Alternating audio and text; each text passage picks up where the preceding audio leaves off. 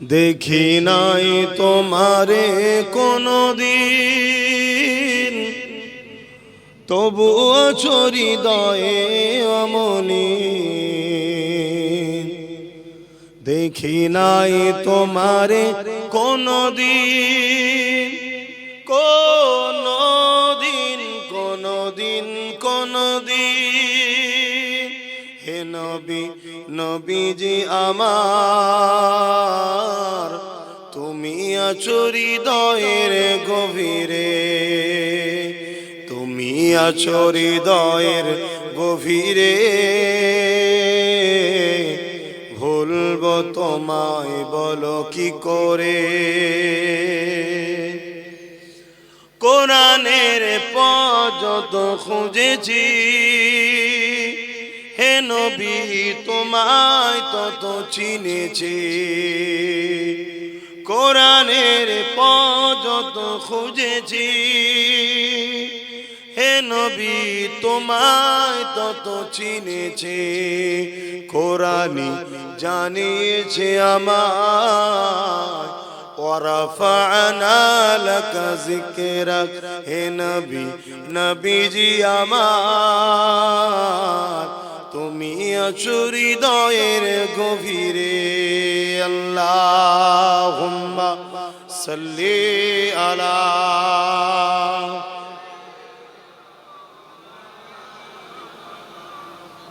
বাবেরা, নওজওয়ানেরা, তরুণেরা, দীর্ঘ 23 বছর ধরে ধারাবাহিকভাবে আমার রাসূলুল্লাহর উপরে এই পবিত্র আল কোরআন নাজিল হয়েছে, যেটা মনুষ্য জাতির জন্য হুদাল লিন্নাস, শুধু মুসলমানদের গাইড বুক নয়, এটা মনুষ্য জাতির জন্য মহান স্রষ্টা পাঠিয়েছে। এই কোরআন যতটা মুসলমানদের গাইড বুক, এই কোরআন হলো হিন্দুদেরও গাইড বুক। সাগমন করে খ্রিস্টান, নাসারা, জৈন, বৌদ্ধ সমস্ত মানুষের জন্য মহান স্রষ্টা কোরআনকে পাঠিয়েছে। এই কোরআন হলো হুদাল লিন্নাস। এই কোরআন মানুষকে অন্যায় এবং সত্যের পার্থক্য বোঝায়। এই কোরআন মানুষকে ইহদিনাস সিরাতাল মুস্তাকিম, সঠিক সরল রাস্তা দেখায়। এই কোরআন মানুষকে নাজাতের রাস্তা দেখায়।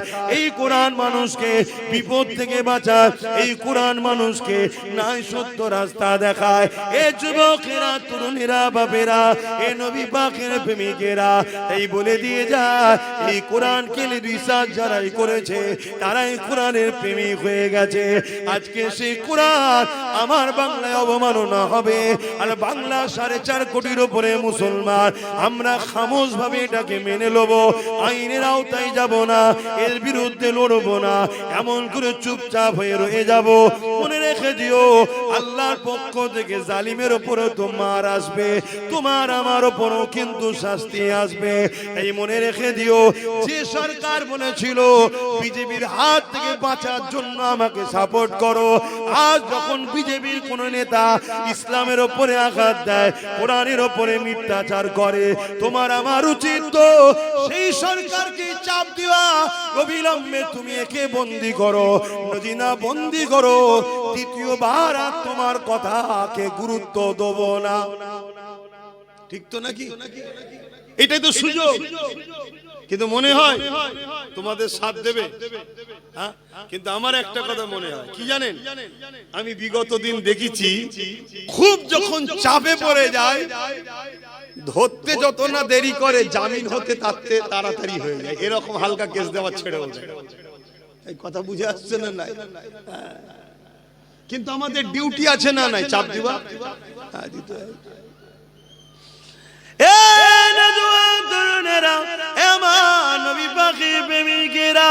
এই দুনিয়ার উপরে আজ আমরা সহজে মসজিদ পেয়েছি, সহজে মাদ্রাসা পেয়েছি, সহজে দ্বীন ইসলাম পেয়েছি, সহজে কোরআন পেয়ে গেছে। তাই আজকে আমাদের কোরআনের উপরে, দ্বীন ইসলামের উপরে, এমন করে মসজিদ মাদ্রাসার উপরে আমাদের অত না দরদ নাই।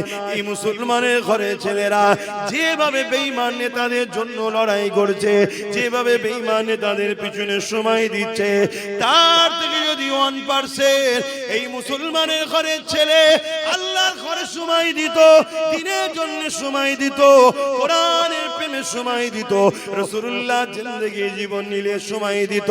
মনে রেখে দেন এই মুসলমান ঘরের ছেলে রে, আল্লাহ তোমাকে দুনিয়া তো শানওয়ালা করে দিত, আখিরাতও আল্লাহ তোমার জন্য জান্নাত নসিব করে দিত।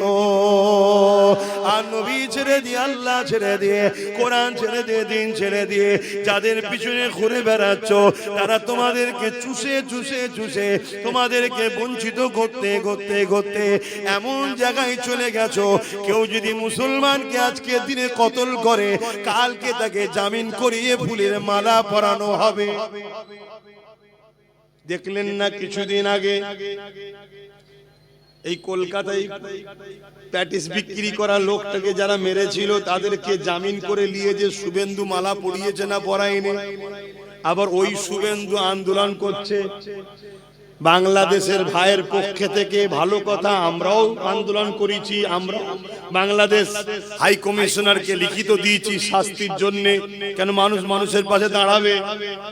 কিন্তু তোর মতন তোকে মানায় এটা, মানায়। এখানে আরেকটা কথা মনে পড়েছে, একটু বলি নাকি, এগুলো জানিয়ে দেওয়া দরকার তো নাকি। আজকে এই বাংলায় বাংলাদেশি কেউ হত্যা হয়েছে, তার আন্দোলন হচ্ছে। আমি হওয়ার পক্ষে, বিরুদ্ধে নয়, কিন্তু এই আন্দোলনের বিরুদ্ধে মমতা ব্যানার্জি কি বলছে যে বাংলাদেশে মেরেছে, ওটা বাংলাদেশে যে আন্দোলন করে এখানে নয় বলছে। কিন্তু এই বাংলাদেশে আমাদের ভোটে হওয়া সরকার বলছে ওয়াকাফের আন্দোলন এখানে নয়, দিল্লি গিয়ে করো। বলেছে না বলেনি? কেন জানে, কেন জানে এদেরকে যা খুশি বলো, ভোটের সময় 500 দেবো, আবার লেলো। এই জন্য আমাদের গুরুত্ব নাই। আর ওকে বললে খবর আছে, কেন? ওই তো টিকিয়ে রেখেছে একে, যত পাচ্ছে মুসলমানদের গাল দিচ্ছেন, আমরা মুসলমান ভয়ের কোলে বসে। কথা বুঝছেন তো? অসুবিধা হচ্ছে নাকি? কষ্ট হচ্ছে? বাপেরা বোঝেন, কেননা এই দিনের জন্য আমার রাসূলুল্লাহ অনেক কষ্ট করেছে।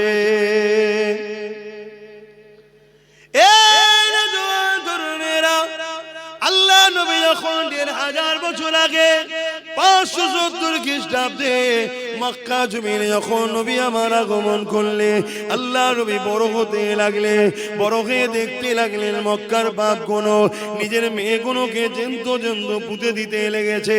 আল্লাহ নবী বড় ব্যথিত হতে লেগেছে, নবী আমার বড় কষ্ট পেতে লেগেছে। মক্কা জমিনে ছেলেরা নিজেদের মায়ের সঙ্গে নোংরা কাজ করতে লেগেছে। এ যুবকেরা, তরুণেরা, শাম থেকে শুরু করে, পারস্য থেকে শুরু করে, রোম থেকে শুরু করে, এইভাবে নারীদেরকে অবজ্ঞা করা হতে লেগেছে। এইভাবে জমিনের উপরে সন্ত্রাসবাদীদের দাবদাবা বেজে গেছে, অন্যায় অত্যাচার স্টিম লোড়া চলতে লেগেছে। এই দুনিয়ার গরিব দুঃখী অসহায়গুলো বাজারে আলু পটলের মতো বিক্রি হতে লেগেছে। যাদেরকে ধনীরা খরিদ করে নিয়ে যে তাদের উপরে অমানবিক অত্যাচার করছে, তাদেরকে হত্যা পর্যন্ত করতে লেগেছে। এই দৃশ্য দেখে আল্লাহ নবী বড় ব্যথিত হতে লাগলো। 40 বছর বয়স হয়ে গেল, আমার আল্লাহ পাক নবী পাকের উপরে ওহী নাজিল করে দিলে, নবী আমার দ্বীনের প্রচার শুরু করে দিলে, মানুষকে ন্যায়ের দিকে ডাকতে লাগলে, নারীদের অধিকারের জন্য কথা বলতে লাগলে, নারী হত্যা বন্ধ করার কথা বলতে লাগলে, গরিবদেরকে অধিকার দিবার কথা বলতে লাগলে। মানুষ কখনো মানুষের প্রভু হবে না, মানুষ কখনো মানুষের কিদুদাজি হবে না, মানুষকে আজানের কথা আল্লাহ নবী বলতে লাগলে। এই জমিনের উপরে একদল লোক আছে, ক্ষমতার জোরে মানুষের প্রভু হয়ে থাকতে চায়। তারা দেখতে লেগেছে মুহাম্মদ রাসূলুল্লাহকে কি করে রুখা যায়। যদি না রুখা যায়, মুহাম্মদ রাসূল ইনসাফের কথা বলে, ইনসানিয়াতের কথা বলে, গরিবের পক্ষে কথা বলে, নারীর অধিকারের কথা বলে, মানবতার কথা বলে, মানুষ কখনো মানুষের কিদুদাজি হবে না, এই কথা মুহাম্মদ রাসূল বলে। তাই তারা আমার নবী পাককে রুখার জন্য, এ যুবকেরা, তরুণেরা, আল্লাহ নবীর উপরে অনেক অত্যাচার করেছে। কাবার সামনে নবী দ্বীনের মেসেজ দিচ্ছিল, আবু জেহেল এসে আমার নবী পাকের গায়ে হাত পর্যন্ত তুলে দিয়েছে। এ নবীর উম্মতেরা, একবারও কি তোমার দিল কাঁদে না তোমার রাসূলের দ্বীনের জন্য? তোমার কি মন একবারও কাঁদে না যে রাসূলুল্লাহ তোমার আমার কাছে তিনটে জিনিস রেখে গেল? প্রথম নম্বর হলো কিতাবুল্লাহ, আল্লাহ পাকের কোরআন।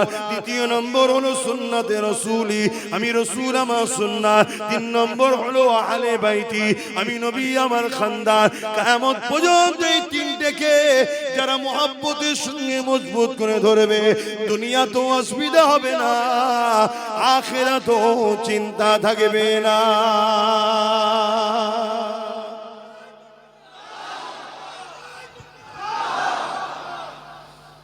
একবারও কি আমাদের মনে পড়ে না যে রাসূল ছাড়া আমরা জান্নাত যেতে পারবো না? সেই নবীর দ্বীনের জন্য কি করলাম? এর দলের জন্য, ওর দলের জন্য, তার দলের জন্য কি না করছি আমরা? আমার রাসূলের দ্বীনের জন্য কি করি? বল, তো ভাবেন, যদি না আজ ভাবেন আল্লাহ ছাড় দিয়েছে, ছেড়ে তো দেয়নি, কাল কিন্তু কঠিন বিপদে পড়বেন, কিয়ামতে কঠিন বিপদে পড়বেন। এবং দুনিয়ায় এত কিছু হচ্ছে দেখে শিখছেন না? প্যালেস্টাইনে কি হলো, সুদানে কি হলো, ইরাকে কি হলো, লিবাননে কি হলো, চাসনিয়ায় কি হলো, বসনিয়ায় কি হলো, আমার দেশে কি হচ্ছে দেখছেন না? দিনকে দিন বেড়েই চলেছে, বেড়েই চলেছে। এখনো সময় আছে, এখনো সময় আছে। কোন ধর্মের বিরুদ্ধে আমাদের লড়াই নয়, আমাদের লড়াই মানবতার পক্ষে, সন্ত্রাসবাদদের বিরুদ্ধে। এই লড়াইয়ের দরকার আছে না নাই? এই লড়াই তো কোরআন করতে বলেছে, এই লড়াই তো করা আমাদের জন্য ফরজ। নামাজ যেমন ফরজ, ঠিক তেমনি মানবতার পক্ষে, ইনসাফের পক্ষে, ইনসানিয়তের পক্ষে লড়াই করো। আর জঙ্গিবাদ, সন্ত্রাসবাদ, মানবরূপী পশুদের বিরুদ্ধে লড়াই করো। এটা আমাদের জন্য দায়িত্ব আল্লাহ দিয়েছে না দেয় না? জানেন দিনটাকে আমরা দিনকে মসজিদের মধ্যে সীমাবদ্ধ করে দিয়েছি, মাদ্রাসার মধ্যে সীমাবদ্ধ করে দিয়েছি। আমরা সব ছেড়ে দিয়ে বসে আছি। যাকাত তুলেছে, মাদ্রাসা বানিয়েছে। একবারও ভাবেনি যে আমাদের আইএস, আইপিএস, জজ, ডিএম এর জন্য স্কুল কলেজও দরকার ছিল? এটা ভাবেন। শুধু যাকাত তুলেছে আর মাদ্রাসা বানিয়েছে। অথচ যাকাতের টাকা মাদ্রাসায় হয় না। যাকাতের টাকায় মাদ্রাসা, জোরে বলুন, এতিমখানা হয়, যেখানে সম্পূর্ণ এতিম থাকবে, তাদের থাকার জন্য ঘর হয়, আর এতিমদের পড়াশোনার জন্য যাকাত দেয়া যায়। কেন? মাদ্রাসা গরিব নয়। মাদ্রাসা, এই রাসূল গরিব নাকি? রাসূলের যাকাত চলে, যাকাত মসজিদে চলে, তাহলে মাদ্রাসাতেও চলে না। এগুলো তো জানি না। হ্যাঁ, ওই মাদ্রাসায় 10টা এতিম আছে, দিবার সময় বলে দিতে হবে এতিমদেরকে থাকা, খাওয়া, পড়াশোনার জন্য আমি খরচ দিলাম। কথা মাথায় ঢুকছে? যেখানে এতিমরা থাকে, এতিমদের থাকার ঘর করা যাবে। খুব বোঝে। তাহলে আমাদের উচিত ছিল না স্কুল কলেজ করা? আইএস, আইপিএস, ডব্লিউবিএস এর জজ, ডিএম, বিডিও, আমাদের রাজনীতির নেতা তৈরি করা দরকার ছিল না? ছিল না? করেছে? এখনো সময় আছে, ভাবেন, এখনো সময় আছে। ছেলেগুলোকে পড়া, সবাইকে মৌলভী সাহেব করবো এই স্বপ্ন যাবেন না। সবাই যদি মৌলভী সাহেব হয়, মসজিদ একটা আর গ্রামে হাফেজ 10টা, মৌলভী সাহেব 10টা, ও মসজিদের ভেতরে ঢুকে গুতুগুতি হবে। যদি ঠিকও পড়ায় তাও লোক মারবে, কেন? ওকে তাড়াতে পারলে আমার চান্স। হাফেজ হওয়ার পরেও যদি তুরস্কের প্রেসিডেন্ট দেশ চালাতে পারে, তাহলে আমার বাচ্চাকে হাফেজ করব, আমার শখ করুন। কিন্তু পাশাপাশি কেন আমার বাচ্চাকে ডাক্তার বানাতে পারবো না? অপারেশন করার সময় কোরআন পড়বে। শুনছেন তো নাকি? কেন আমার বাচ্চাকে আইপিএস, আইএস, জজ, ডিএম, বিডিও বানাতে পারবো না? আমার বাচ্চা ডিউটি করবে, কোরআন পড়বে। কথা কিছু মাথায় ঢুকছে না? ঢোকেন না? আমাকে বেকার মনে হচ্ছে? বড্ড বেশি বকছি না? এই বছরটা বকেলিয়া কি করবে? ভালো লাগছে? খুব ভয়ানক সময় আসছে, বিশাল যুদ্ধ হবে আগামী দিন। তোমাদের তো খেয়ালই নাই, তৈরি হচ্ছ কি গো? আমি ভয় খাওয়া ছেলে না, ক্যামেরার সামনেই বলছি, বিশাল বড় যুদ্ধ হবে। তৈরি হচ্ছ তোমরা? তৈরি হও, তৈরি হও। আর এই তৈরি হওয়াতে যা হতে হয় সব হতে হবে, কিন্তু একটা আমার পক্ষ থেকে দাওয়াত দিয়া রইল, সেটা হলো এটাই, ছেলেগুলোকে না খেয়ে হলো শিক্ষিত করো, আইএস আইপিএস জজ ডিএম এর লাইনে ঢুকাও। বারবার বলে যাচ্ছি, এই যুদ্ধ কিন্তু বিরাট ভয়ানক যুদ্ধ হবে। ভাবো, যদি ভাবার হয় ভাবো, না ভাবার হয় তুমি তোমার ঘরে যে খাবে, আমি আমার ঘরে চলে যাচ্ছি, আল্লাহ ভরসা। দেখা যাক, কোন একটা জায়গায় কেউ বাপের মতো, কেউ ভাইয়ের মতো আপনারা, তাই বুঝাচ্ছি। দেখো না চারিদিকে কি হচ্ছে, খেয়াল করে দেখো। একটা লোক ইনসাফের জন্য কি ইনসাফ পাচ্ছে? যা দিন এই দুনিয়া জমিনে সাহাবা হুজুরদের থেকে নিয়ে, ইমাম মুস্তাহিদ ফুকা থেকে নিয়ে, এই জমিনের উপরে মানবতার পক্ষে, ইনসাফের পক্ষে, ইনসানিয়াতের পক্ষে, গরিব দুঃখীদের পক্ষে, এতিমদের পক্ষে, বিধবাদের পক্ষে, এ নওজওয়ানেরা আমরা লড়াই করেছি। ততদিন এই জমিনের উপরে আল্লাহ আমাদেরকে ইজ্জতওয়ালা করে রেখেছিল, এই জমিনের উপরে আল্লাহ আমাদেরকে শানওয়ালা করে রেখেছিল, এই জমিনের উপরে আল্লাহ প্রতিনিধিত্ব আমাদেরকে দিয়েছিল। কিন্তু যেদিন থেকে আমরা কোরআনের বিরুদ্ধে চলে গিয়ে আমরাই বেইনসাফি করছি, আমরাই জালিমের দলে মিশে গেছি, আমরাই শারাফির দলে মিশে গেছি, আমরাই চরিত্রহীনদের সঙ্গে দল করছি, সেই দিন থেকে আল্লাহ ওই জালিম চরিত্রহীন সমাজ বিরোধী নারী দেহ শোষণকারীদের আল্লাহ পাক আমাদেরকে তাদের পায়ে জুতো বানিয়ে দিয়েছে। দেখো আমাদের অবস্থা কোথায় এখন। কি গো শুনছেন? ঘুমিয়ে বললেন না, অসুবিধা হচ্ছে? তাহলে ভুলের মাসুল দেখুন আমাদের অবস্থা কি বলে। যাদের হয়ে চাটুকারিতা করছি তারাই আমাদের মসজিদের দুশমন, যাদের হয়ে বুথ দখল করেছি তারাই আমার অখাবের দুশমনদের সাথে হাত মিলিয়ে দিল। কি কথা মিলছে তো নাকি?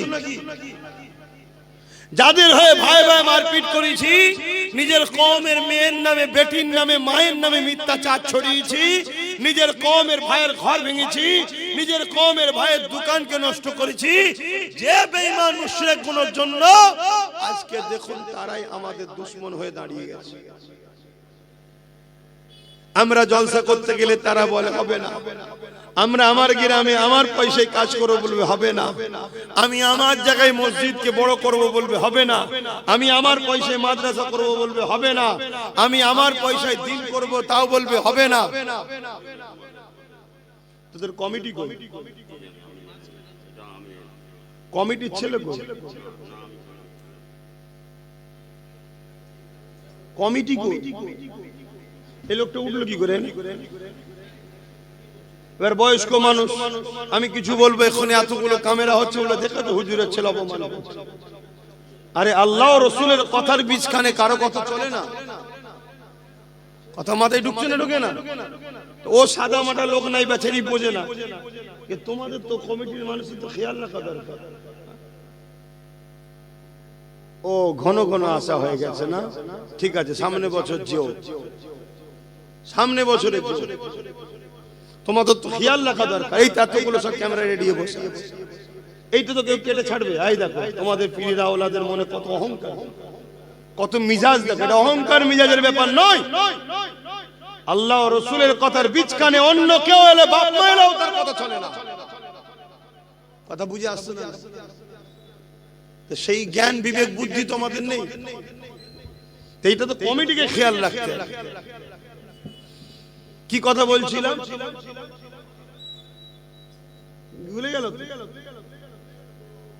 বলেন কি কথা বলছিলাম?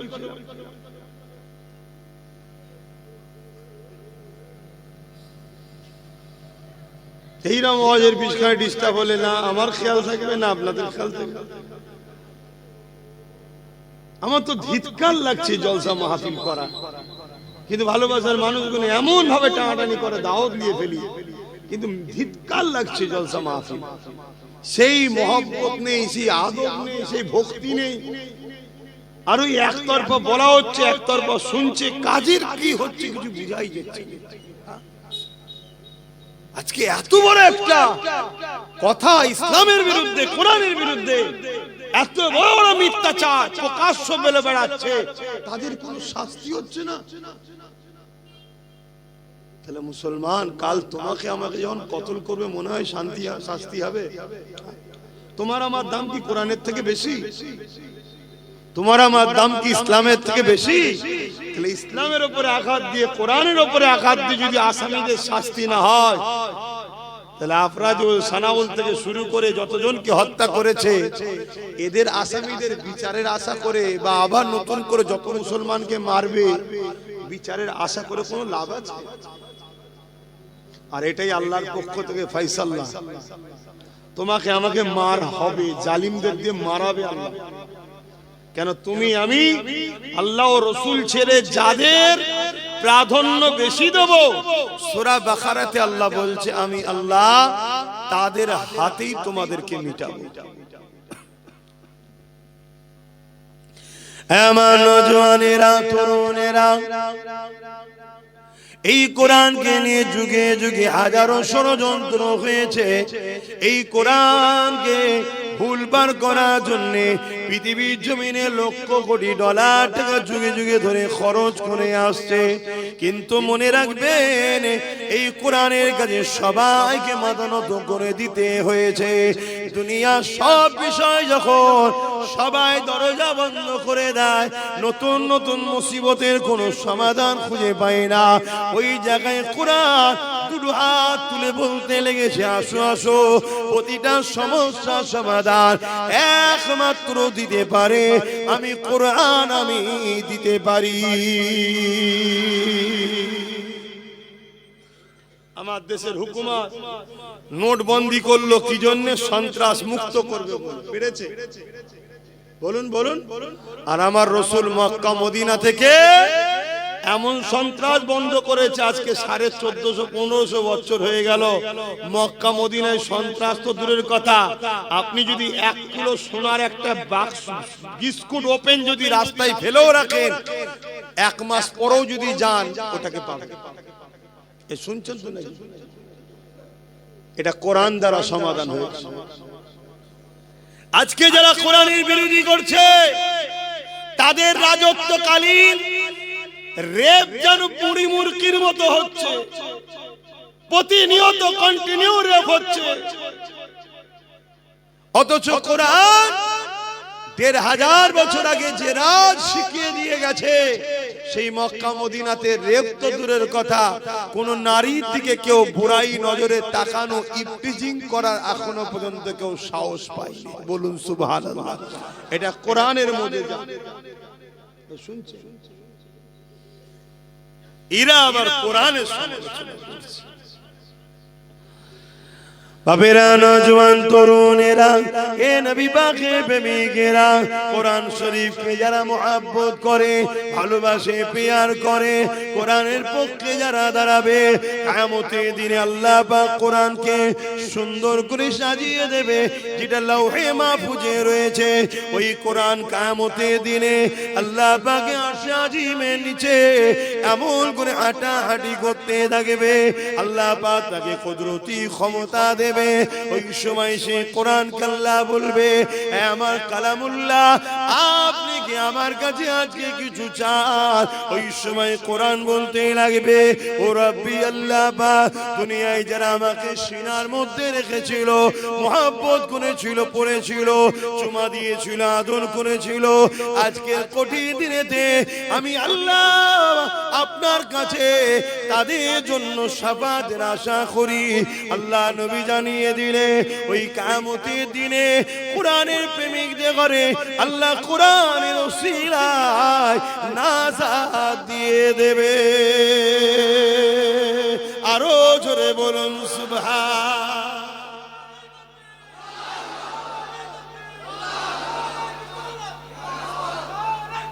আল্লাহ, তাহলে সেই কোরআনের পক্ষে আমাদের দাঁড়াতে হবে না হবে না? এটা আল্লাহর পরীক্ষা। আল্লাহ কোরআনের হিফাজত করবে, কোরআনের দুশমনের বিচার আল্লাহ করবে। কিন্তু আমরা কোরআনের পক্ষে না দুশমনের পক্ষে? কোরআনের যদি পক্ষে হও তাহলে প্রত্যেকটা গ্রামের পক্ষ থেকে গণস্বাক্ষর করে কোরআনের বিরুদ্ধে যে মিথ্যাচার করেছে তার বিরুদ্ধে নিজ এলাকা থানাতে ডায়েরি কেস করা দরকার আছে না? এটা প্রথম স্টেপ। কমসে কম যে ক্ষমতাটা এখন আছে সেটা প্রয়োগ করো। পাশাপাশি এই কেস করার পর রাজ্য প্রশাসন যদি এই সন্ত্রাসবাদীর বিরুদ্ধে ব্যবস্থা না নেয় তাহলে প্রতিটা গ্রাম থেকে উচিত এই রাজ্য সরকারকে ফেলে দিয়ে এমন সরকার আনা দরকার যে কোরআন মানে না তার বিষয়, কমসে কম কোরআন ও বা কোন ধর্মের বিরুদ্ধে বাংলায় যেন কোনো কেউ মতনৈক্য করতে না পারে, করলে যেন তার বিরুদ্ধে আইন তৈরি করে। যেমন কেরল সহ তামিলনাড়ু সহ বিভিন্ন জায়গায়, কর্ণাটক বিভিন্ন জায়গায় আইন তৈরি হচ্ছে। কোন ধর্মের বিরুদ্ধে কেউ কথা বললে তাকে সঙ্গে সঙ্গে জেল দেওয়া হবে, ফাইন করা হবে। এরকম একটা আইন হওয়া দরকার আছে না নাই? তবে আমায় যদি বিশ্বাস করো, আল্লাহ যদি কখনো আমার ভাইকে ক্ষমতায় নিয়ে আসে, আমি তাকে বলবো আইনটা কর। কেন গণতান্ত্রিক দেশে আইনটা হওয়া অবশ্যই দরকার। কেন এই দেশের খাঁচা ধাঁচাকে বাঁচাতে গেলে এই আইন হওয়া দরকার, শুধু কোরআন নয়। আমার কাছে যেমন কোরআন প্রিয়, অন্য ধর্মগ্রন্থ তার কাছে প্রিয় হতে পারে না? তাই কারো বিরুদ্ধে, কোন ধর্মগ্রন্থের বিরুদ্ধে কেউ বললে, কোন ধর্মগুরুর বিরুদ্ধে কেউ বললে তার বিরুদ্ধে আইনত ব্যবস্থা, মামলা হওয়া দরকার। সংবিধানে আছে কিন্তু সরকার লাগু করছে না। কেন সরকারও ভেতরে ভেতরে কোরআনের বিরুদ্ধে। কেন সরকারও বলেছিল কোরআন মিটে যাবে, আমার উন্নয়ন মিটবে না। তাহলে যদি আমরা কোরআনের পক্ষে হই তাহলে এই দুটো প্রমাণ আমাদেরকে দেয়া দরকার আছে না? প্রথম কথা, প্রত্যেকটা গ্রামবাসী, গ্রামের মানুষ বসে হেডিং তৈরি করে, যে থানার অধ্যুষিত এলাকায় আপনারা আছেন, এবং গণস্বাক্ষর হাজার হাজার মা বোনেদের স্বাক্ষর করে জমা দেন। এবং তাতে লেখা থাকবে অবিলম্বে যদি রাজ্য সরকার উপযুক্ত ব্যবস্থা না নেয় তাহলে আমরা আগামী দিন ব্যবস্থা নিতে বাধ্য হব। কথা বুঝে আসছে? এভাবে যদি বাংলার প্রত্যেকটা গ্রাম থেকে জমা পড়ে, এখানে দুটো দেখার বিষয় আছে। একটা হলো আমরা এত সংখ্যা হওয়ার পরও আইন আমাদের হাতে না থাকার দরুন সংখ্যাতে কোনো পাওয়ার আছে না নেই, এটাও বোঝা যাবে। দ্বিতীয় নম্বর কথা, তোমার চাপে পড়ে হলো, ইচ্ছা না থাকলেও তোমার চাপেতে কোরআনের দুশমনকে তুমি যদি জেল ঢুকাতে পারো, হতে পারে আল্লাহ তোমাকে গণতান্ত্রিক দেশে এটাই আর নাজাতের ওসিলা করতে পারে। জোরে বলুন সুবহানাল্লাহ। কেন এটা সর্বধর্মের দেশ। এখানে আমরা সংবিধান বিরোধী কোনো কাজ করতে তো পারি না, কেন এটা আমার ইসলাম ইজাজত দেয় না যে দেশকে ভালোবাসবো সেই দেশের আইনকে মান্যতা দিতে হবে। এটাকে মাথায় রাখা দরকার আছে। কিন্তু এটা না করে অনেক ছেলে আবার আছে, এটাকে নিয়ে দোষ করেছে একজন, আর এমন কোন কাজ করবে, সাজা ভোগ করবে নিরীহ লোক, ওটাও কিন্তু কোরআনের পক্ষে দাঁড়িয়ে কোরআনের বিরোধী করা হয়ে গেল। কারণ আল্লাহ পাকের কোরআন বলেছে কেউ যদি একটা নির্দোষ মানুষের উপরে জুলুম করে হত্যা করে সে যেন পুরো মনুষ্য জাতিকে হত্যা করে দিল।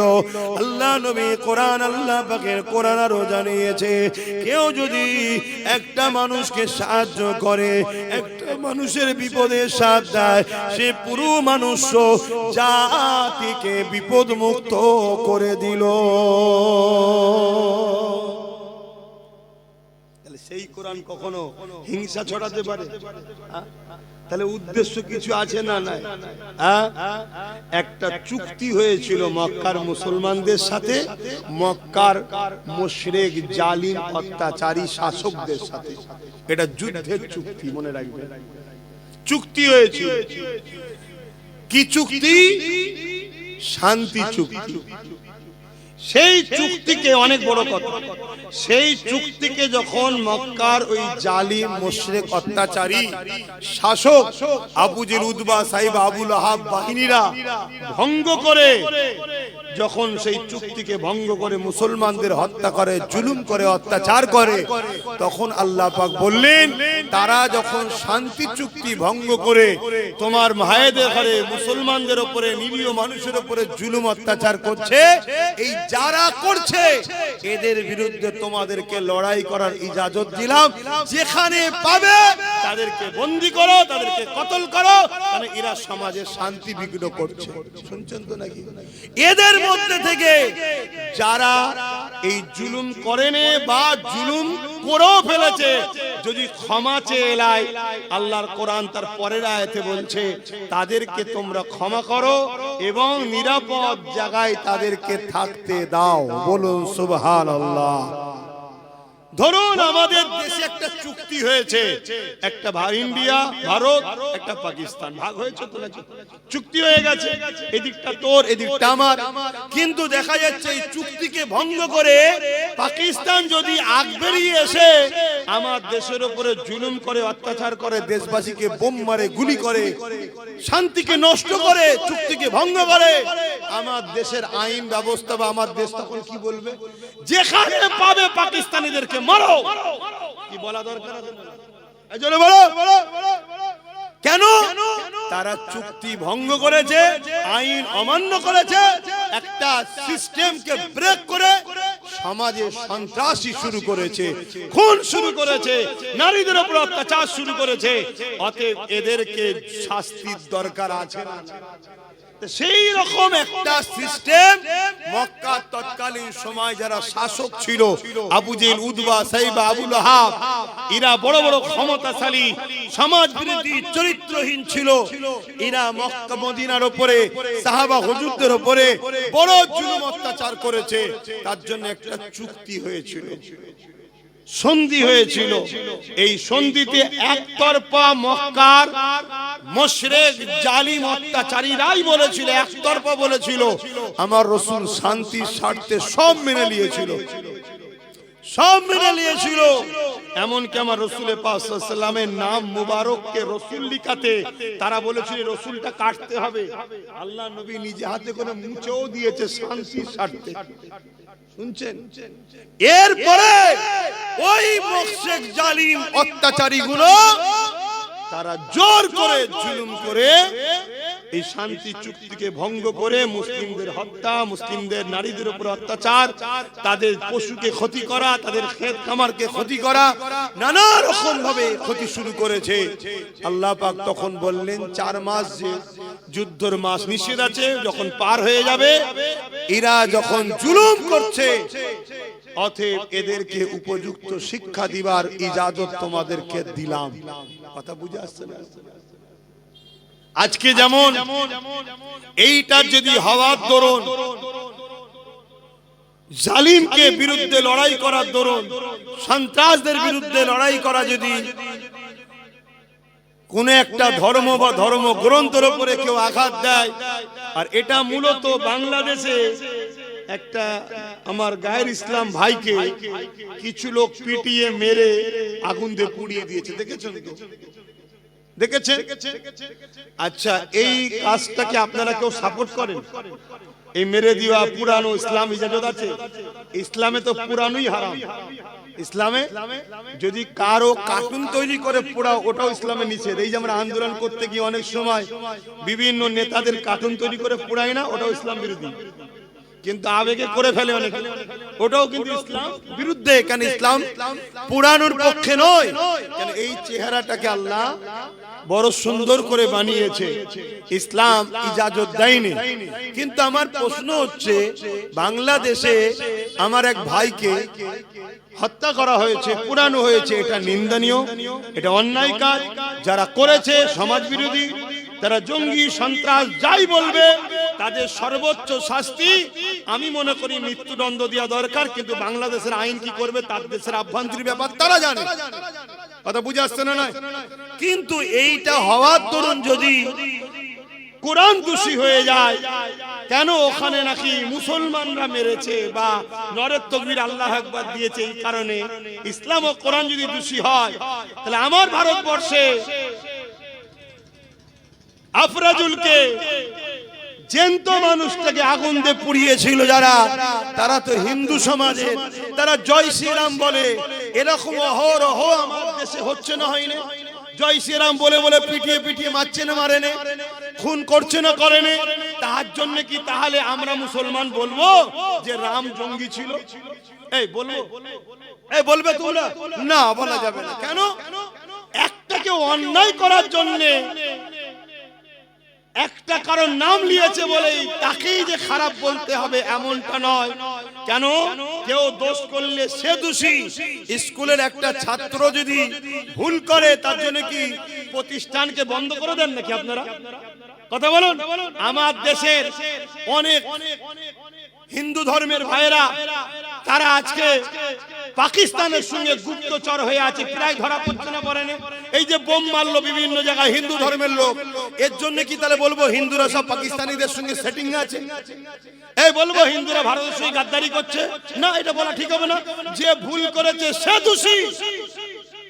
10 জন ভুল করেছে বলে 10 কোটি লোককে কখনো আসামির কাঠগড়ায় তোলা যায় না। আর আজকে এই হিন্দু লোক জয় শ্রীরাম বলে মেরেছে বলে, পুড়িয়ে দিয়েছে বলে, তার ধর্মগ্রন্থগুলো সন্ত্রাসী শিখায়, এটাও বলা কিন্তু শিক্ষার পরিচয় জোরে বলেন দেয় না। কেন? কেউ যদি পাপ করে, ভুল করে, সে ছাত্র দোষী, তার সিলেবাস কখনো দোষী হতে পারে না। কোন ধর্মই হিংসা শিখায় না, কোন ধর্মই বিভাজন শিখায় না। মানুষ তার ধর্ম সম্বন্ধে না জেনে খুন খারাপির মধ্যে জড়িয়ে যায়। যেমন আজকে যে কোরআনের বিরুদ্ধে কথা বললো, তারা যাকে ধর্মগুরু বলে মানে, গুরুচাঁদ ঠাকুর, হরিচাঁদ ঠাকুর, তারাও পড়াশোনা করেছে মাদ্রাসা মক্তব থেকে, কোরআনের ঘর থেকে তারা পড়াশোনা করে বড় হয়েছে। কথা মাথায় ঢুকছে না, ঢোকে না? তাহলে দেখুন তারা কত ভালো মানুষ ছিল, তারা কত ভালোবাসত। কিন্তু তার ঘরে যদি একটা কলঙ্ক জন্ম হয়, তার জন্য পুরো সবাইকে খারাপ বলা, জোরে বলেন, এটা কিন্তু আদর্শ আমাদের মধ্যে এখনো বিদ্যমান, বিরাজমান। কেন? আমাদের নবী আমাদেরকে শিখিয়েছে। আজও এই উলামারা আপনাদের ঘরে শিখায় যে বাবা, কেউ ভুল করলে তাকে দোষ দাও, পুরো সমাজ, তার জাতিকে দোষ দিও না, তার বাপকে দোষ দিও না। যেমন আমরা অনেক জায়গায় বলি যে আমার উপরে রাগ থাকলে আমায় বল, আমার বাপ মাকে গালিগালাজ দিস না। কথা মাথায় ঢুকছে? আজকে সেই জায়গায় এরা মূলত আমার দেশের সম্প্রীতিকে নষ্ট করছে, এরা আমার দেশের শান্তিকে নষ্ট করছে। আজকে পৃথিবীতে এক চীন আর ভারত ছাড়া আর কোন বড় দেশ নাই, সব ছোট ছোট দেশ। আমেরিকা চাইছে ভারতকে টুকরো টুকরো করে ছোট ছোট করে দেবো, তবে সবকিছুর ওপর তার দাদাগিরিটা চলবে। তাহলে সেই জায়গায় এই দেশদ্রোহীদের বিরুদ্ধে এবং ধর্মের বিরুদ্ধে, এবং এদের মূলত লোক দেশকে শেষ করা, এদের বিরুদ্ধে দেশবাসী অন্য ধর্মের মানুষের ব্যবস্থা নেওয়া দরকার। নেবে কি না নেবে তাদের ব্যাপার, কিন্তু আমাদের নেওয়া দরকার আছে না? নাই? তাই এই আহ্বান করলাম, প্রত্যেকেই মামলা করে। অলরেডি সর্বপ্রথম মামলার বিরুদ্ধে যে করেছে, যার বিরুদ্ধে মুসলিম সমাজের মানুষ অনেক সমালোচনা করো, সেটা নওশাদ সিদ্দিকী প্রথম করেছে। কথা বুঝে আসছে? আজ কত মুসলিম এমএলএ আছে, কত মুসলিম এমপি আছে, কত মুসলিম প্রধান আছে, বিডিও আছে, কি বলে ব্লকের দায়িত্বে আছে, কত মন্ত্রী দাবিদার মুসলমান। তুমি যদি মুসলমান সাচ্চা হও, এটাই তো তোমার টেস্টের সময়। কি বাপেরা, এটা তো সময় নাকি? কিন্তু এখানে তুমি কেস করবে না, তাহলে জানতে হবে তুমি সেজে আছো মুসলমান। আগামী দিন তোমার পাশে মুসলমানদের দাঁড়িয়ে কোনো লাভ হবে না। কথা বেরিয়ে লাভ নেই, নামাজ পড়তে হবে। 8টায় নামাজ হবে, তার আগে একটু সালাম দিয়ে নি। ইয়া নবী সালাম।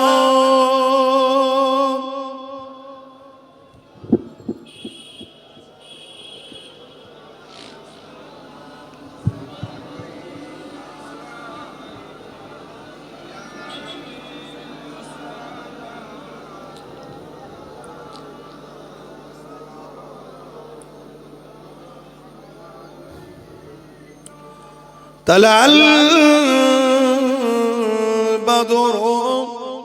علينا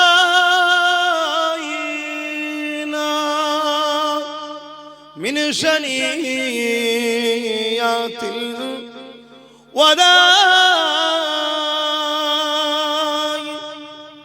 وجب الشكر علينا ما دغى لله أهداي يا نبي سلام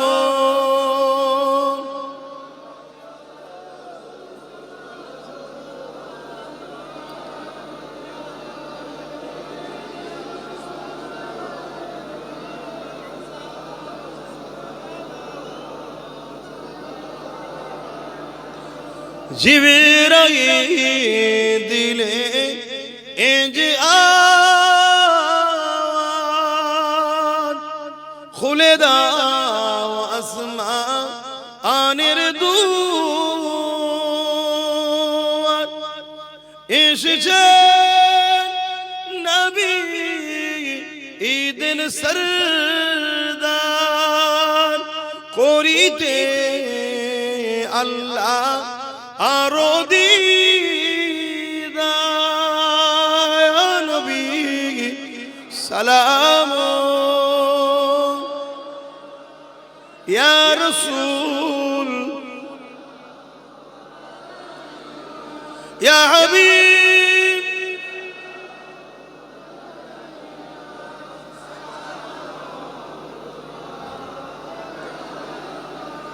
পড়িল আল্লাহ আরো বাণী পোহালো দুঃখে এ রজনী হইল জগৎ অনুরানী আমিনার নয় অনির্মণি ইয়া নবী সালাম ইয়া রাসূল ইয়া হাবিব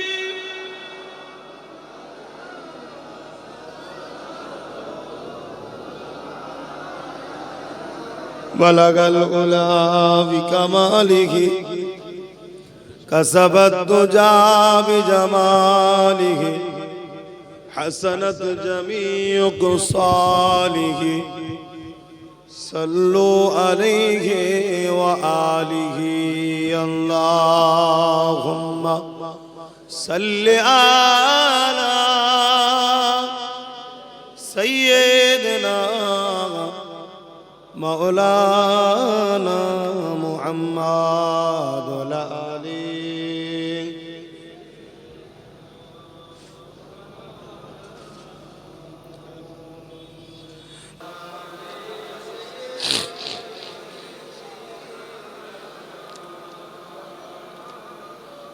আমার বাপ জানেরা ইসলাম হিংসা শিখায় না, ইসলাম প্রেম শিখায়।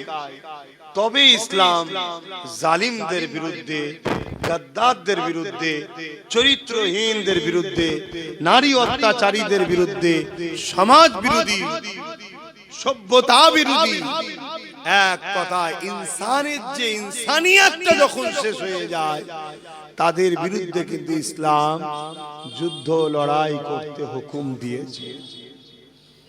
কেন একটা জায়গায় 500 লোক আছে, খুব শান্তিতে বসবাস করছে, একটা লোক যদি ওর মধ্যে ফিতনাবাজ, দাঙ্গাবাজ, সমাজ বিরোধী হয়, এই একটা লোকের জন্য পুরো 500 লোকের ক্ষতি হয়ে যাবে। কথা বুঝে আসছে? শরীরের একটা আগুলে এমন কঠিন পচা বিমার লেগেছে, যদি এই আগুনের ময়া করেন আপনার জান চলে যাবে। বুদ্ধিমান তো সে যে নিজে থেকেই ডাক্তারকে যে বলবে আমার আগুলটা কেটে বাদ দেন। তা মানুষের মধ্যে এমন কিছু মানুষ পচা ব্যাধির মতো আছে, একটা মানুষের জন্য পুরো সমাজ আজকে সম্প্রীতি, ভ্রাতৃত্ব, মানব বন্ধন, ঐক্য নষ্ট হয়। ইসলাম বলছে এরকম মানুষগুলোকে তোমরা ট্রিটমেন্ট করতে পারো। কথা বুঝে আসছে? কিন্তু আবার ইসলাম বলছে যে দেশে বসবাস করো, তোমার মাতৃভূমিকে ভালোবাসো, মাতৃভূমির আইন ব্যবস্থাকে যথাযথ মর্যাদা দাও। তাই আমার দেশের আইন ব্যবস্থাকে আমরা সম্মান মর্যাদা দিয়ে আমাদের উচিত যারা আইনের রক্ষক তাদেরকে জানানো। তারা যদি না ব্যবস্থা নেয় তাহলে বুঝতে হবে আইনের রক্ষক যারা সরকারে বসে আছে তারাও ইসলামের বিরুদ্ধেই চলে গেছে। তখন আমাদের নিজেদের ঘরে চেষ্টা করে নিজেদের ক্ষমতা তৈরি করে নিতে হবে। কি গো, আমার কথায় একমত হতে পারছেন তো? একটু আল্লাহর ঘরে বসেই সাক্ষী দেন, পারছেন তো নাকি একমত হতে?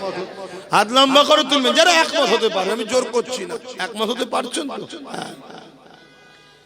তাই আমার শেষ কথা, এই যে মসজিদ, একটা কত সুন্দর মসজিদ, একদম দুদিকে রাস্তার ধারে, এই মসজিদে আগামী দিন আজান হোক, মসজিদটা থাকে, এটা চান তো নাকি?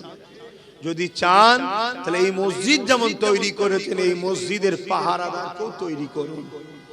আজকে ওয়াকাফ কালা কানুনের নামে পুরো দেশ জুড়ে ইসলাম পেহচান মসজিদ মাদ্রাসাকে মিটাবার পরিকল্পনা হচ্ছে না? হয় এই জায়গায় বিজেপি সরকার মসজিদ মাদ্রাসা কোরআন দিনের পক্ষে না বিরুদ্ধে?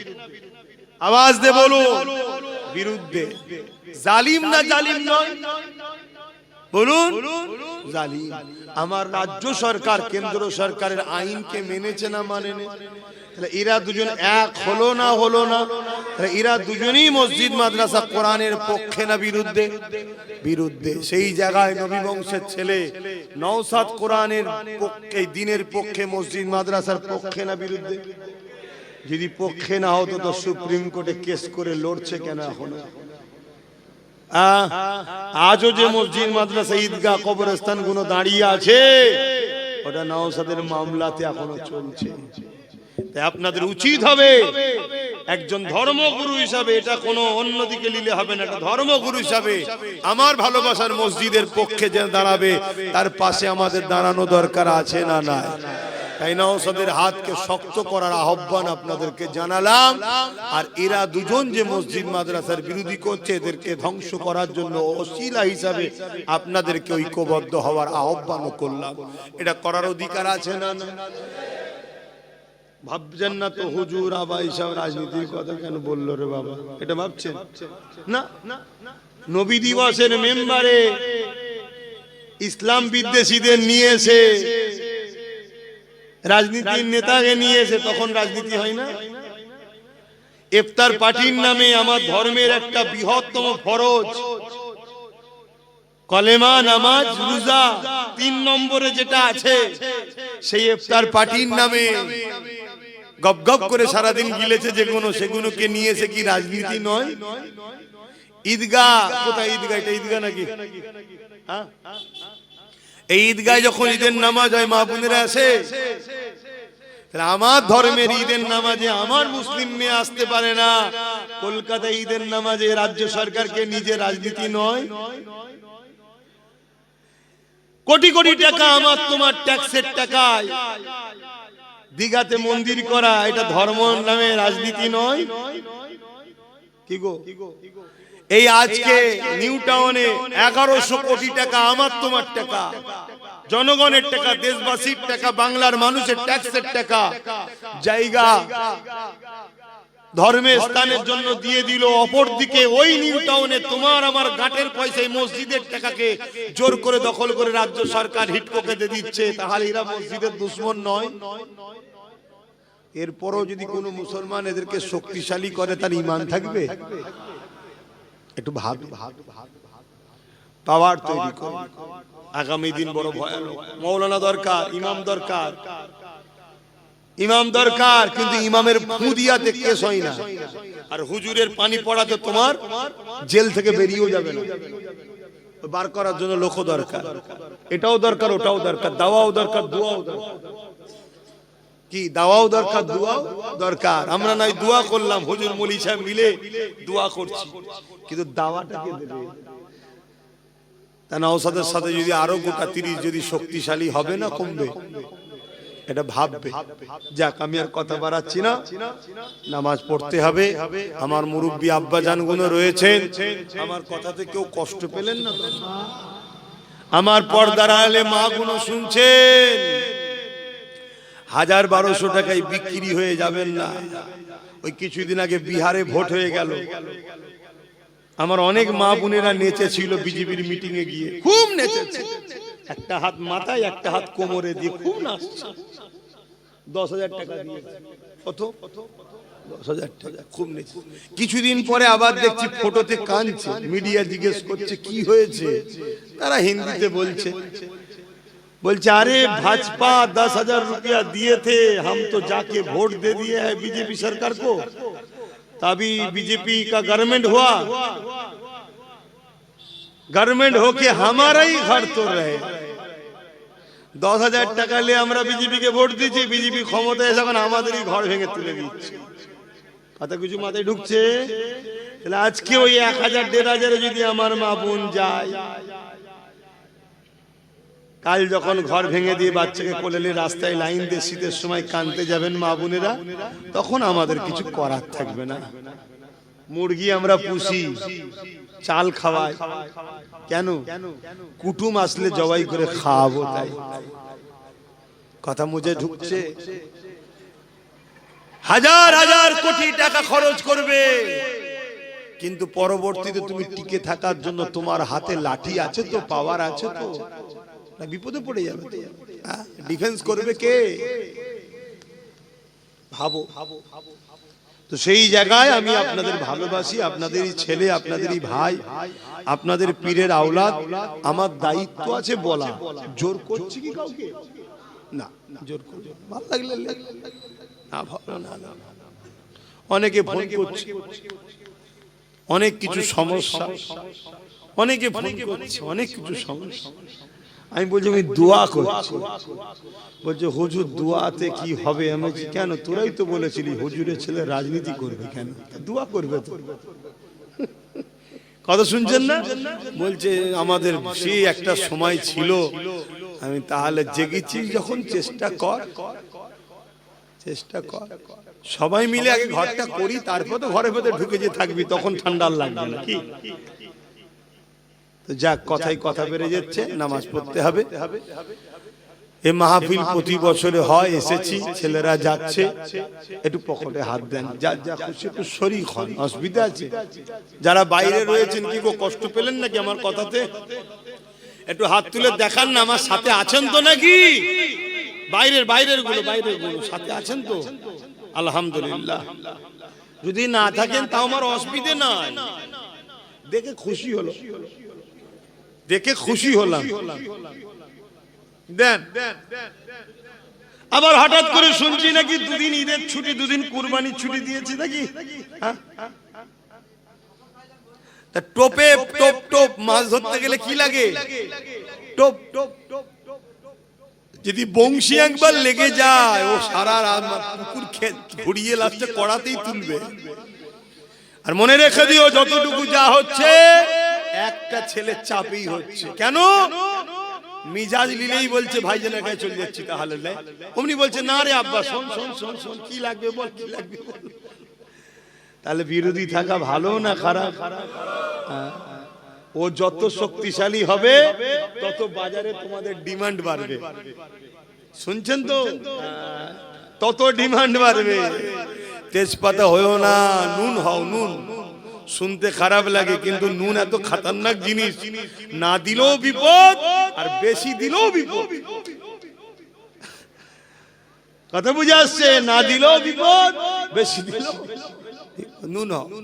শুনতে খারাপ লাগতে পারে কিন্তু সারা রাত বাইরে পড়ে থাকে দোকানের, কেউ ঘাঁটতে আসে না, কেন ঘাঁটলেই বিপদ আছে।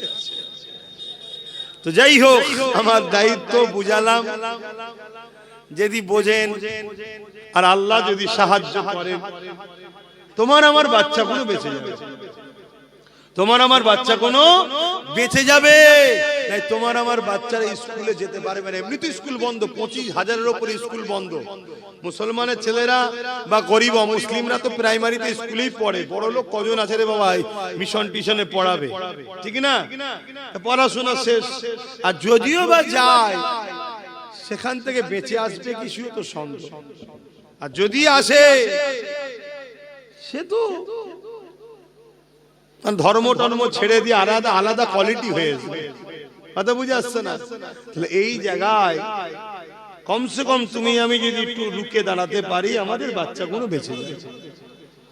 যাক, আমার নলেজ সিটিতে ভর্তি লিয়া হচ্ছে, যোগাযোগ করে যদি ছেলে পুলে থাকে ভর্তি করার করবেন। বিশেষ করে একটা খবর দিয়ে যাচ্ছি, এতিম বাচ্চা যদি থাকে কারো জানাশোনা, একটু যোগাযোগ করুন। 4 থেকে 8 ক্লাস, মাদ্রাসা নয়। হ্যাঁ, কিছু ধর্মীয় শিক্ষা থাকবে কিন্তু জেনারেল লাইনের শিক্ষা, বাংলা মিডিয়াম। পশ্চিমবঙ্গ যে বোর্ড বাংলা, ওই বোর্ড 27-এ ইংলিশ মিডিয়াম খুলবো, দিল্লি সিবিএসই বোর্ড, তার কাজও চলছে। আর দাদা হুজুর আমার একা নয়, আপনাদের সবার যারা আমাকে ভালোবাসেন, ভালোবাসেন তো নাকি? অনেকে আছে তো নাকি যারা ভালোবাসেন, বছরে 1000 করে টাকা মা বাপ ভাই আর মা বোন 500 করে টাকা আমায় দেয়া যাবে। এখন নয়, যে কোনো শুক্রবারে দরবারে যাবেন, 1000 টাকা নিয়ে যাবেন, ওখানে বিস্তারিত আলোচনা হবে। একটা বই করে দেবো, সেই বইয়ে তুলে আমি সই করে দেবো যে আমার অমুক বাপ অমুক ভাই 1000 টাকা আমাকে দিয়েছে। আবার পরের বছরে 1000, আবার পরের বছরে 1000, পার বছরে 1000 করে টাকা এই ছেলেটাকে দিয়ে যাবে না? তোমার বাড়ির ছেলেটাকে দিতে সময় দেবে না? যদি ভাই ছেলে মনে করো বাপেরা দেবে না, আর যেসব ভাই ভাই মনে করো দেবে না। তোমার টাকাটা আমি নিচ্ছি কি জন্যে? তুমি আমি সবাই এক হয়ে নলেজ সিটিটাকে তৈরি করব। একা দ্বারা সম্ভব নয় রে ভাই। একটা ইংলিশ মিডিয়াম স্কুল এবং হোস্টেল সহ 15 কোটি টাকা খরচ, কি করে পারবে? সম্ভব? কিন্তু আমরা সবাই যদি এক জায়গায় হই, কারো গায়ে লাগবে? কারো বছরে 1000 গায়ে লাগবে? কিন্তু হু করে হয়ে যাবে। এটা বলে গেলাম, যদি চাও যে কোনো শুক্রবার দরবারে যাবে, 1000 করে টাকা নিয়ে যাবে, ওখানে যে আলোচনা করব, নিজে হাতে বই করে তোমায় সই করে দেবো যে তুমি আমার নলেজ সিটির সঙ্গে জুড়লে। আর মা বোনেদের জন্য 500 ছেলেদের হাতে বা স্বামীর হাতে দিয়ে পাঠাবেন, আমি বই করে সই করে পাঠিয়ে দেবো। আবার 1 বছর পর দেবো, ওই বই নিয়ে যাবেন, আবার টাকা 1000 নিয়ে যাবেন, আমি তুলে আবার সই করে দেবো। আস্তে আস্তে আস্তে আস্তে তুমি দাও, আস্তে আস্তে আমি করি। একটা দিন তোমার আমার সহযোগিতায় ওই জায়গায় একটা জায়গা গড়ে উঠবে, তোমার আমার ছেলে মেয়েরা ওখানে হাজার হাজার পড়াশোনা করবে। আসেন, ছোট করে একটু দোয়া করি, নামাজ বাদ আরো জলসা আছে। আমার ইমাম সাহেব ভাই উঠবেন, তারপরে আরো কি আছে, আমার চাচাজান হুজুর পীর আল্লামা হোসেন সিদ্দিকী হুজুরের সাহেবজাদা মুআররিখিন ভাই তিনি আছেন, তিনি আসবেন, আখেরি দোয়া করবেন। আপনারা সকলে মাহফিল আবার হাজির হবেন নামাজ পড়ে। আমি এসে এলোমেলো কিছু কথা বললাম, তবে দিনের পক্ষ বলেছি। আপনারা কেউ সত্যি বেজার হলেন না তো? কষ্ট পেলেন না তো? দিনকে ভালোবাসুন। কারবার করতে হবে, ব্যবসা করতে হবে, রাজনীতি করতে হবে, দুনিয়াদারি করতে হবে, সংসার করতে হবে, রাষ্ট্র সব করুন, দিনকে ভুলে নয়। আপনার আমার গাফলতির জন্য জালিমরা মাথায় উঠে যাচ্ছে। আল্লাহুম্মা আমিন। আয় আল্লাহ আখেরি দোয়া তো আমার ভাই করবে, আমি এতটুকু দোয়া চাইছি মালিক, আপনি আমাদেরকে তাকত দেন, হকের পক্ষে, ন্যায়ের পক্ষে, দিনের পক্ষে লড়াইয়ের ক্ষমতা দান করুন, জালিমদেরকে আপনি ধ্বংস করে দিন। আল্লাহ আমার ভাই নওশাদকে কামিয়াবি দান করুন, আল্লাহ আমার নলেজ সিটিকে কবুল করুন, আমার রাষ্ট্র ভারতবর্ষকে আপনি নিরাপদে রাখেন, সার্বভৌমত্ব সুন্দর ভালো রাখেন, প্রত্যেকটা ধর্মের মানবতা প্রেমিক মানুষের মধ্যে মানব বন্ধন দেন, হিন্দু দলিত আদিবাসী সাঁওতাল বাগদি খ্রিস্টান মতুয়া সবার মধ্যে ভাইচারা দেন, যারা সমাজের মধ্যে হিংসা বিদ্বেষ ছড়াচ্ছে আল্লাহ তাদেরকে ধ্বংস করে দিন। আল্লাহ আয় আল্লাহ হাবিবের খাতির আমার দেশের সেনাবাহিনী, বিএসএফ বাহিনী, পুলিশ বাহিনী তাদেরকে নিরপেক্ষ রাখেন, ভালো রাখেন, সুস্থ রাখেন। আয় আল্লাহ যে যা নিয়েতে হাত চলেছে কবুল করেন, আমার ইমাম সাহেব ভাইকে সুস্থ রাখেন, তার পরিবার বাচ্চাদের ভালো রাখেন, সুস্থ রাখেন, আলেম উলামাদের জানমাল হেফাজত করেন, যেসব আলেমরা হকের পক্ষে তাদেরকে হেফাজত করেন, আর যারা জালিমদের সঙ্গে মিশে আছে আল্লাহ তাদেরকে হেদায়েত করেন, হেদায়েত করেন, হেদায়েত করেন। যদি হেদায়েত কপালে না থাকে আল্লাহ তাদের থেকে মানুষকে দূরে থাকার তৌফিক দান করেন। হাবিবের খাতির রহমতকে দোয়া কবুল করে নিন। আমিন আমিন আমিন। বারহাক কালমাতি লা ইলাহা ইল্লাল্লাহু মুহাম্মাদুর রাসূলুল্লাহ সাল্লাল্লাহু আলাইহি ওয়াসাল্লাম। আসসালামু আলাইকুম। হাতে মুসাফা নাই, মুখে সালাম দেন। ওয়া আলাইকুম সালাম। মসজিদে রেডি হন, এখনই নামাজ হবে।